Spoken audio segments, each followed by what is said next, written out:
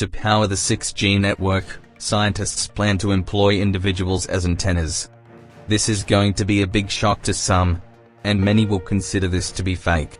But hey, allow me explain.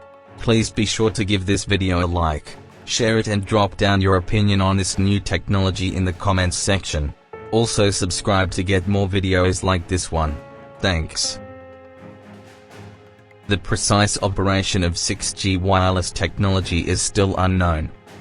However, according to experts at the University of Massachusetts Amherst, the most practical option to gather extra energy that would otherwise be lost is by employing people as antennas to power 6G.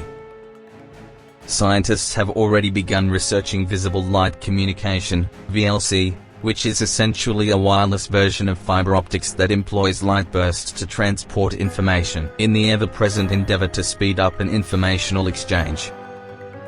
The UMass Amherst team was inspired to dig even more after adding VLC to 6G.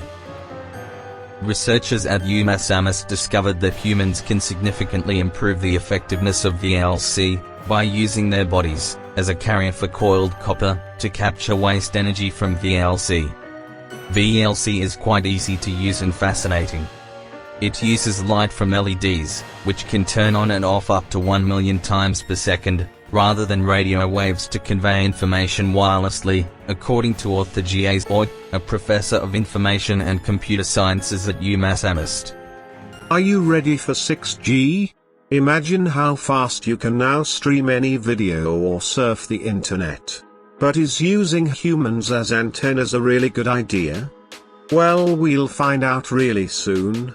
If you like this video, then you will also like our other videos. Thanks for watching.